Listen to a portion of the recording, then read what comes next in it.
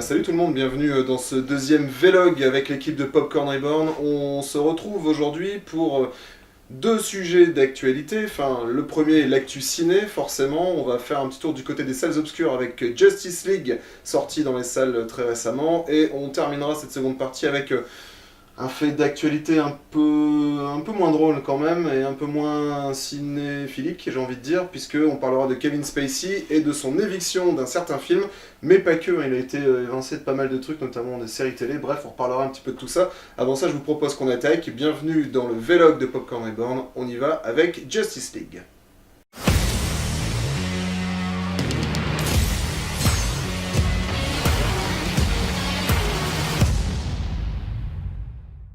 Alors messieurs, nous sommes allés, et pour une fois tous les quatre, j'étais le coupable dans le précédent vlog, je n'avais pas vu le film, c'était Hitman and Bodyguard que j'avais pas vu. Cette fois on est tous allés au cinéma remplir notre devoir de cinéphile et aller faire un tour dans les salles obscures pour découvrir le nouveau film de super-héros de cette fin d'année. On change de crèmerie, on quitte Marvel, on va faire un tour chez DC Comics et on découvre Justice League, le film tant attendu, ou pas finalement. J'aimerais peut-être qu'on en parle et que vous puissiez me donner votre avis. On va commencer par... allez Benjamin, t'en as pensé quoi de ces films ? Que c'était catastrophique, dans tous les sens du terme, et que on sait tous qu'il y a eu des soucis de production pendant au moins une bonne année. Snyder qui a quitté le tournage à cause d'un souci familial, mais il y avait eu des reshoots avant. Il y a Whedon qui s'est extrêmement mêlé de toute la production, qui est devenu second scénariste crédité au scénario, parce qu'à la base c'était Chris Terrio qui avait aussi écrit Batman v Superman et Argo pour Ben Affleck. Et là du coup Whedon s'en est clairement mêlé. Il a même il a rajouté des scènes, supprimé des scènes de Snyder, tourné de nouvelles scènes. Et du coup on a un film qui est complètement bâtard. Même le compositeur a été mis de côté. On a eu Danny Elfman qui est complètement à la ramasse de nos jours et qui a ressorti des vieux thèmes de nostalgie, donc ceux de Batman et ceux de Superman, et c'est pas possible. Mais je pense que le truc en fait, ce qui est marrant avec Justice League, c'est que c'est pas tellement qu'on l'attendait, c'est qu'on attendait de voir quel gadin ça allait s'avérer être, vu que l'affaire se sentait sympa depuis maintenant plusieurs mois. Ça veut dire, en disant ça, ça veut dire qu'à aucun moment, aucun d'entre nous finalement, d'entre nous quatre, n'a pu se dire que ça pouvait être une bonne surprise. Moi clairement non, et puis quand même. Ouais mais bon, toi t'es le grand naïf des quatre quoi. Non mais c'est ça, non mais le truc, moi personnellement j'aurais préféré qu'on tourne le mois dernier, qu'on puisse parler de Kingsman 2 qui pour le coup est une vraie claque que j'aurais aimé voir ici. Voilà, timing oblige, on est obligé de se rabattre là-dessus parce que qu'on le veuille ou non, c'est l'événement de la culture pop du mois de novembre, en attendant que Star Wars vienne prendre sa place dans les débats.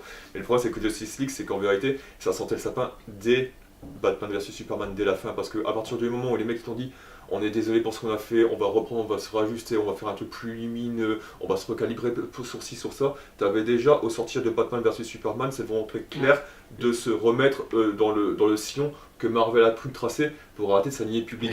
Alors ce qui aurait été, c'était pas du tout le côté sombre de Batman et Superman qui posait problème, c'était à mon avis très mal branlé du début à la fin. Le truc c'est qu'il y a le Batman v Superman, Warner l'a aussi complètement remonté, alors que c'était un film qui devait durer 3 heures et qui était écrit pour durer autant de temps. C'est ça, il paraît que la version longue, pour le coup, est vraiment compréhensible, elle est vraiment bien écrite, elle est vraiment bien foutue et tout. Donc c'est vraiment dommage qu'on ait eu le droit qu'à la version au cinéma, que la version tronquée par Warner qui n'a pas le courage et qui a peur de mettre les choses... Mais c'est clairement ça, t'as l'impression qu'en fait avec le DC Universe, Warner voulait se différencier sur le papier de Marvel en proposant quelque chose de plus ample dramatiquement parlant. Sauf ils ont pas ce qu'il faut dans le pantalon pour aller jusqu'au bout du truc quoi. Ils assument pas. Et je pense que c'est aussi dû parce que les mecs n'ont pas mis les bonnes personnes aux commandes des projets en général. Parce que... Là ils ont quand même viré Charles Roven qui était producteur de Batman v Superman, ils l'ont remplacé par Geoff Johns qui est le mec qui a lancé Wonder Woman. Et le truc avec Batman v Superman, c'est aussi qu'il y a eu des retours de famille qui disaient que c'était pas un film familial, que les enfants avaient peur du Batman de Ben Affleck, qui était quand même plutôt effrayant. À la base c'était un peu le but, c'est ce qu'ils voulaient, mais donc c'est pas forcément un côté sombre, c'est juste qu'il y avait des visions aussi des personnages qui étaient pas forcément familiales. Et du coup Warner a voulu retrouver quelque chose de plus ouvert au public. Et c'est ce qui amène peut-être aussi l'arrivée... Violence, acts of war, and terrorism are all on the rise. I had a dream. It was the end of the world.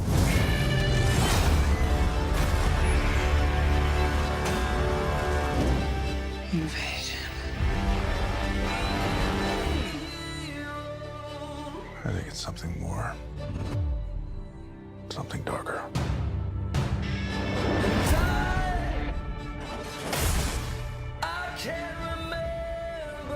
We're asking people we don't know to risk their lives. Strong man is strong as alone. You ever heard that? That's not a saying. That's the opposite of what the saying is.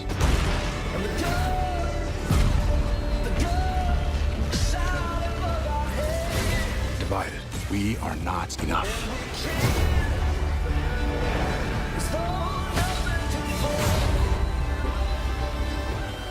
The world needs Superman.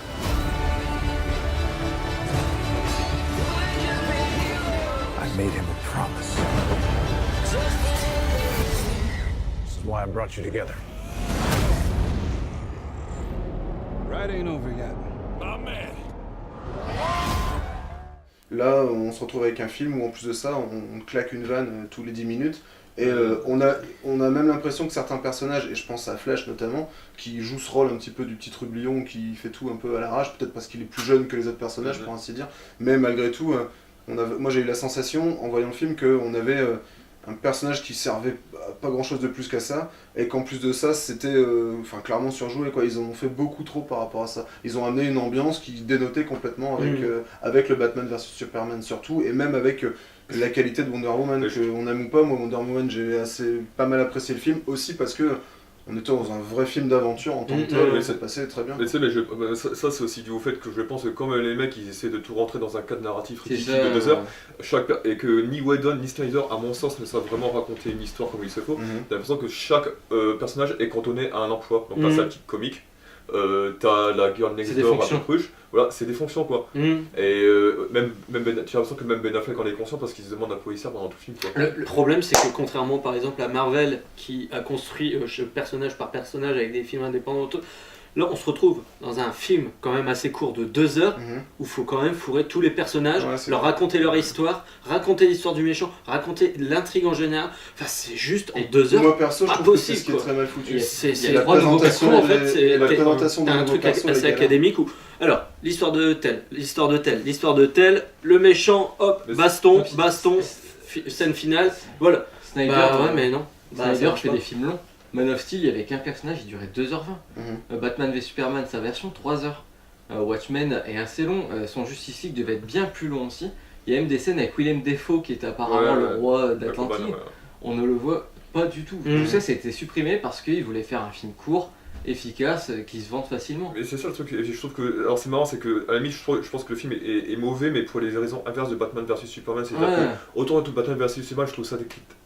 Je le trouvais assez laborieux dans ce côté déclamatoire, à vouloir embrasser des grandes thématiques, à te les faire réciter par les personnages, et à côté de ça te foutre des images hyper iconiques pour te faire croire que le mec traitait ce dont il était en train de parler, alors qu'en fait il s'agit juste de superposer les deux en espérant que ça produise quelque chose. Donc c'était lourd, c'était gonflé, c'était beaucoup trop ambitieux pour les maigres épaules des mecs, tandis que là t'as l'impression qu'ils ont tout voulu raboter sur un tout petit machin, quoi, tu vois. Vraiment sur la plus maigre proposition que tu pouvais trouver, quoi. Après, pour rebondir sur les antagonistes en tant que tels, Batman on connaît déjà, on connaît son histoire, qu'elle soit celle de Batman vs Superman, et même finalement c'est un personnage de légende chez DC Comics qu'on a pas mal suivi. Je pense que le grand public connaît bien Batman. Wonder Woman, on a eu l'occasion de voir le film. On a qui encore ? On a Flash, mais Flash il a quand même. Alors, ok, d'un point de vue ciné, on l'avait pas encore vu dans une aventure en série, mais il y a une série de 4 saisons, si je dis pas de bêtises. Le gros problème, c'est qu'en plus, ils essayent de reprendre les bonnes formules qu'on retrouve dans le Euroverse à la télévision. Ils y arrivent même pas, c'est d'un ridicule, quoi. C'est ridicule. Et donc quand tu dis ça, tu trouves que le personnage est bien meilleur dans la série que... Le truc c'est que dans la série, ils ont eu le temps de le développer. Ouais. Mais là on va pas se mentir, ils développent quand même un personnage et la relation père-fils en un tableau de 3 minutes. La prison, le coup de la main sur... sur la limite, ils auraient perd tout son intérêt. Ils auraient mieux fait de ne pas la mettre. Au moins, ça aurait été. On aurait gagné du temps. Et le mec, c'est un geek, on sait même pas comment il fait pour gagner sa vie. Surtout quand on voit tout son laboratoire qui doit coûter à peu près 30 millions de dollars. Voilà, dans la série déjà, il travaille pour Star Labs. Tout est clair et tout est cohérent. Même le Batman de Justice League est pas cohérent avec le Batman de Superman. Et comme disait un pote, ils l'ont transformé en Tony Stark. Enfin, c'est ridicule. Ouais. Et tu penses justement que par rapport à Flash, Warner s'est pas dit à la base, ou au moins les scénaristes se sont pas dit finalement est-ce qu'on a besoin de redévelopper toute l'histoire vu que la plupart auront peut-être déjà vu la série. C'est surtout que peut-être que le film était beaucoup plus long, mais ils l'ont tellement charcuté que dans tous les cas. Moi je crois qu'ils en ont pas vraiment essayé parce que le problème c'est le film, ce qui est plus flagrant, c'est que t'as un manque d'envie quoi en fait. T'as l'impression que les mecs perdent dans des départs, que tout le film et un film de mecs qui ont intégré la défaite en amont quoi. Et tu prends le seul et le problème c'est qu'ils ont filé le boulot à Joss Whedon quoi. Le mec qui a aucune personnalité, qui a charcuté le film. Non mais pour eux ils ont donné feu vert pour charcuter le film. Sauf que pour eux c'est Mr. Avengers 1 et 2 qui a rapporté je sais pas combien box office. Oui parce que le mec derrière avait Marvel qui tirait les commandes aussi. Le mec est en haut libre. Commercialement c'est raisonnement qui se tient. Oui, non complètement. Parce que l'ironie c'est qu'il a été écarté chez Marvel comme le gars, c'est pas pour rien, et les Russo ont pris le pouvoir. Mais après il y a une question de fond là-dessus, on a bien, et j'ai été attentif quand j'ai vu le film, on a bien, à la fin du générique au début là, on a bien le nom de Zack Snyder qui est crédité comme étant le réalisateur du film. On a d'ailleurs nulle part Joss Whedon qui est au même niveau que lui. Au scénario. Il est au scénario, mais on le voit pas en tant que réalisateur, alors que pourtant il a retourné des... Ouais, mais alors à quel moment... Je connais pas trop la petite histoire personnelle de Zack Snyder et son éviction du film, enfin son retrait parce que c'est lui-même qui a décidé d'arrêter. Il est apparemment un problème familial parce que vous m'avez dit tout à l'heure, mais ça veut dire quoi? Ça veut dire qu'il a abandonné complètement le truc et qu'il a même pas regardé finalement quel était le rendu final? Ou ça veut dire que on lui a dit gentiment mais comme t'es plus là de toute façon c'est plus ton bébé puis on faut que ça à l'autre? À un moment donné il avait des discours comme quoi il croyait encore en ce film. Le truc c'est qu'au même moment il y avait tous les acteurs qui disaient non mais Snyder on veut toute sa vision elle était pas bonne. Man of Steel, Batman et Superman, trop sérieux, il faut s'en séparer. Du coup, tout le monde a fait un Snyder bashing. Assez virulent. Assez ridicule. Et l'ironie aujourd'hui, c'est que il y a des personnes de l'équipe de Snyder qui ont aussi demandé à voir son director's cut. Non mais même son chef-op. Justement, j'ai vu passer moi une pétition un peu partout qui circule, comme quoi les fans, enfin nous entre guillemets, pas les gens du métier, mais nous, plusieurs sont à demander la version Director's Cut de Zack Snyder pour avoir sa vision du film. Et après, faut pas oublier aussi que la perte de pouvoir de Snyder, ça remonte vraiment à Batman vs Superman, parce qu'au début, faut pas oublier que DC Comics, ils pensaient à lui confier les clés de la baraque quoi. Tout l'univers devait reposer sur ses épaules. Et quand tu regardes Wonder Woman, film que j'aime pas du tout, mais faut pas oublier que le film respire l'empreinte de Snyder en amont, tu sens son influence. Oui, il a participé à l'histoire. Il a participé à l'histoire et même la conception visuelle du combat lui doit beaucoup.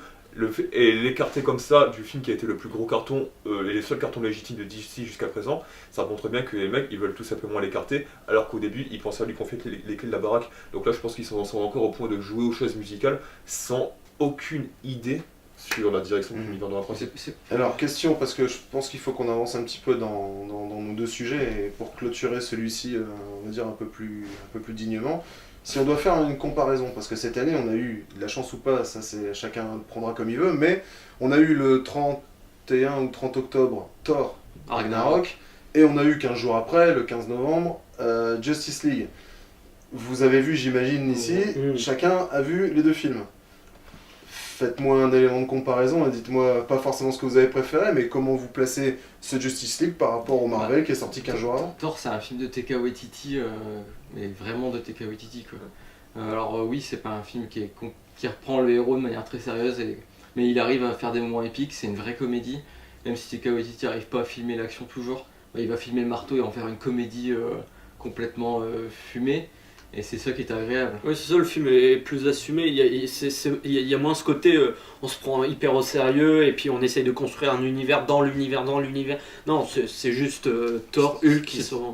Et c'est juste presque un film avec des personnages. C'est presque l'impression d'un côté théâtral, quoi. Il n'y a pas beaucoup de décors, il y a pas beaucoup. Mais par contre, c'est drôle et ça fonctionne plutôt bien. Après, c'est vrai que l'action fonctionnent pas toujours, mais bon, les personnages, entre eux, il y a vraiment une bonne alchimie. Moi j'ajouterais un truc, si je dois comparer les deux, effectivement, j'ai emmené mes enfants voir Thor Ragnarok, ce que j'aurais franchement pas fait avec Justice League. Et ça c'est pour la première partie de mon avis là-dessus. La seconde partie c'est que j'ai beaucoup aimé le côté visuel de Thor Ragnarok, très coloré, des bons effets spéciaux qui marchaient bien et tout. J'ai trouvé que dans Justice League, les effets spéciaux, ça me faisait pleurer. C'est moche. C'était moche, c'était mal foutu, c'était du 100% fond vert intégral partout, sans chercher à faire en sorte que ça se voit pas, quoi. Oui. Et c'était vraiment, j'ai les yeux qui ont saigné. Entre ça et la moustache de Superman. Si je peux pas conclure là-dessus, je dirais qu'à choisir entre le caca et le vomi, ça dépend de ton humeur du jour. Je suis super triste. Mais très très triste. Qu'est-ce qui t'arrive ? On en a parlé il y a quelques instants dans notre petit sommaire, et juste à la fin de la première partie de notre magnifique vlog, il était question de parler maintenant d'un acteur que j'aime beaucoup, acteur américain qui m'a transporté dans tout un tas de films, et aussi sur une série que vous connaissez probablement, House of Cards. J'étais très content de me dire qu'il y avait une dernière saison où ils allaient enfin la conclure, parce que j'avoue que la 5e commençait à devenir un peu long. Et bah puis finalement, monsieur Kevin Spacey, grâce à certains de ses actes, comme tout un tas d'autres apparemment à Hollywood, nous permet de se dire qu'au moins c'est fini, on s'emmerdera plus à se taper une 6e saison de House of Cards. Il y aura une autre saison, mais il sera remplacé. Voilà. Par un autre acteur ou bien par... Ah non, je pensais qu'il voulait faire mourir son personnage. Ouais, bah là, c'est plus simple. Je pense que s'il pouvait le faire mourir tout court, ça va Bon, ouais, parce que là, on se rend compte que les choses bougent pas mal à Hollywood. On va pas revenir sur tous les faits qui s'y déroulent. Je pense qu'on est assez mal placé. On est assez mal placé de toute façon pour pouvoir en dire grand chose de plus que ce qu'on sait déjà. Maintenant, la réalité, c'est que Kevin Spacey est devenu la bête noire. En tant que tel, il représente un petit peu ce que probablement d'autres ont fait. Mais lui, l'a clairement clamé haut et fort. J'ai fait ça, j'étais un connard, ok. Mais malgré tout, maintenant, il s'est fait balancer par pas mal de monde. Il s'est fait balancer, etc. Et si je dois résumer la sanction en quelques instants, on a appris dans un premier temps que Netflix, par exemple, pour les citer, le dégageait de tout ce qu'ils avaient, et ont même enlevé ces films qui étaient déjà présents dans leur catalogue. C'est-à-dire que Kevin Spacey, tu tapes Kevin Spacey sur Netflix, je pense que tu le retrouves. Il n'existe plus sur Internet. Voilà, il est mort. Ce qui commence par un cas n'existe plus. Et plus que ça, Guillaume, ils ont également décidé de enlever Kevin Spacey d'un film qui était pourtant tourné. Voilà, c'est ça, donc c'est le film Tout l'argent du monde de Ridley Scott avec Mark Wahlberg qui sort en décembre, et à quasiment un mois de sa sortie, ils ont simplement décidé de dégager Kevin Spacey du film et de retourner toutes ces scènes avec l'acteur Christopher Plummer. Mais en fait c'est marrant parce que tu nous disais que grosso modo t'as l'impression qu'ils essaient de faire en sorte que Kevin Spacey n'existe plus pour la sphère d'internet. Et du coup là ça prend, je trouve, une étape supplémentaire, avec l'impression qu'ils essaient de l'effacer carrément de la mémoire hollywoodienne contemporaine en l'effaçant carrément d'un film qu'il a tourné. Alors après tu peux discuter des motifs légitimes ou pas qu'il peut y avoir à virer un acteur en plein milieu du tournage d'une saison à cause de ce qui s'est passé. Là on parle d'un film qui était déjà tourné à la base. Et donc en fait c'est bizarre parce que tu as l'impression que grosso modo ils imposent aux gens, aux spectateurs, un choix ou un positionnement moral par rapport à... L'absence de choix. Ouais, l'absence de choix, c'est ça. C'est-à-dire que toi-même, tu n'as même plus l'opportunité de faire la distinction que tout le monde devrait faire légitime entre un artiste et l'homme. Et peu importe ce que j'ai à dire, et peu importe ce que j'entreprends, du moment que quelque chose est entrepris, vous êtes bien content d'être de la fête. Et franchement, je peux vous comprendre. Avec l'irresponsabilité et l'indécision de vos vies, pourquoi pas un homme comme moi? Je n'ai pas à m'excuser. Parce qu'en définitive, que vous m'aimiez ou pas, je m'en fiche pas mal. Ce qui compte, c'est que je gagne. Les dés sont truqués, les règles sont faussées. Soyez les bienvenus aux funérailles de l'âge de raison. Il n'y a ni bien ni mal. Non, plus maintenant. Soit on se prête au jeu, soit on prend la porte.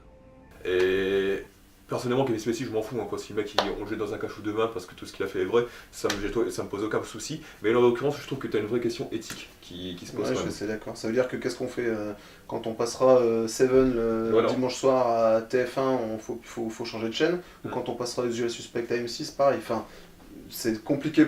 Mon point de vue là-dessus, c'est qu'il a probablement des actes en tant qu'hommes répréhensibles, qui doivent être sanctionnés tel que le prévoit la loi à cet effet, mais à côté de ça, l'autre réalité c'est que ce qu'il a déjà fait avant, même si c'est tombé à un moment où t'apprends que sur un de ses tournages de nos films fétiches il a pu faire quelque chose, la réalité c'est que on le sait maintenant et le truc existe, on peut pas l'oublier. Puis il y a aussi un souci artistique, c'est-à-dire que le mec a quand même fait une prestation, il y a eu en plus un maquillage assez formidable, et du coup tout ce qu'il a fait va être dégagé comme s'il n'avait jamais travaillé.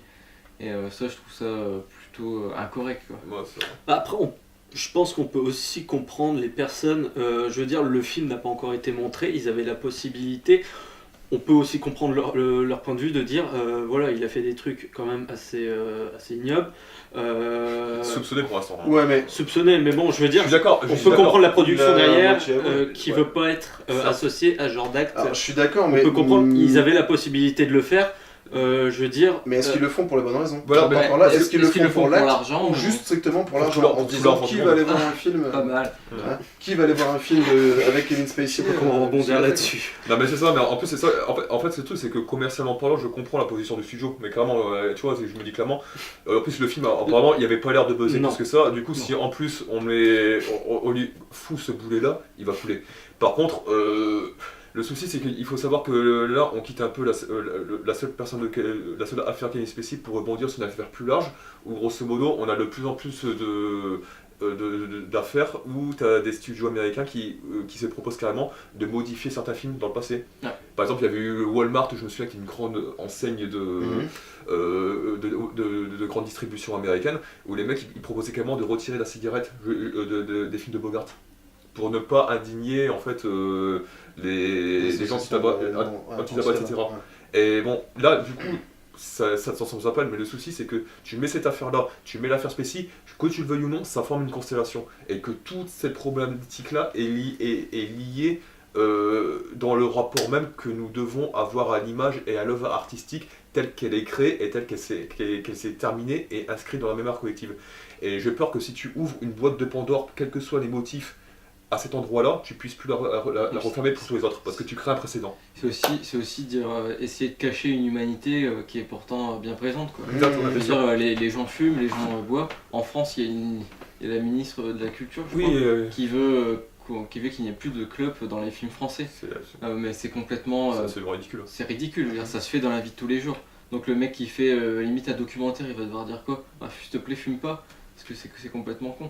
Donc il y a aussi des acteurs qui sont ignobles, et c'est tout, quoi. Exact. Puis ça sert à quoi, franchement, à ce stade-là, quoi, Kevin Spacey, de toute façon, il a été payé. Mais... Et de toute façon, au niveau où il en est, je pense que sa nomination à l'Oscar qu'il voulait avoir avec le film, il pouvait gentiment s'asseoir dessus, mais je suis pas sûr que ça soit sa préoccupation principale au moment où on parle. C'est surtout qu'il a plus de carrière, donc pourquoi le condamner maintenant à ça, quoi? Il est déjà mort. Non, mais c'est pour le studio, c'est clairement par rapport, à mon avis, pour la sortie du film, le changement d'entrée et tout. Mais après, oui, moi je pense qu'on peut comprendre le studio qui se dit non, déjà le film buzz pas vraiment terrible. S'ils ont la possibilité, dans un sens, c'est un peu leur film. Le film leur appartient d'une certaine manière. Donc ils ont le droit aussi de faire un peu ce qu'ils veulent avec ce film. Non. S'ils veulent... moi je pense que dans un sens, le film n'a pas été montré encore. Donc je pense qu'ils peuvent encore... C'est tout le problème avec les faits divers. Moi j'aimerais bien qu'on arrête de prendre des décisions aussi importantes et de réagir à froid à des problèmes de fond, quoi, tu vois, parce que tu veuilles ou non, c'est un problème de fond des fois, c'est un acteur comme ça d'un film qui est en train de se tourner. Et j'aimerais bien que grosso modo on prenne le temps de la réflexion et puis de poser clairement la problématique plutôt que d'agir sur un coup de tête pour grosso modo essayer de ne pas choquer les gens qui, je pense, n'en avaient pas grand chose à foutre de toute façon. On va s'arrêter là, je pense qu'il n'y a plus grand chose d'autre à ajouter, si ce n'est que maintenant, si vous souhaitez inviter Kevin Spacey chez vous le dimanche, ça doit être possible parce qu'il a strictement plus rien à faire. Et ça, pour mon avis, pour un très long moment. Bon, on clôture là-dessus, messieurs. On se donne rendez-vous très vite pour un autre vlog et une autre partie de nos magnifiques vlogs. Absolument. Allez, à très bientôt.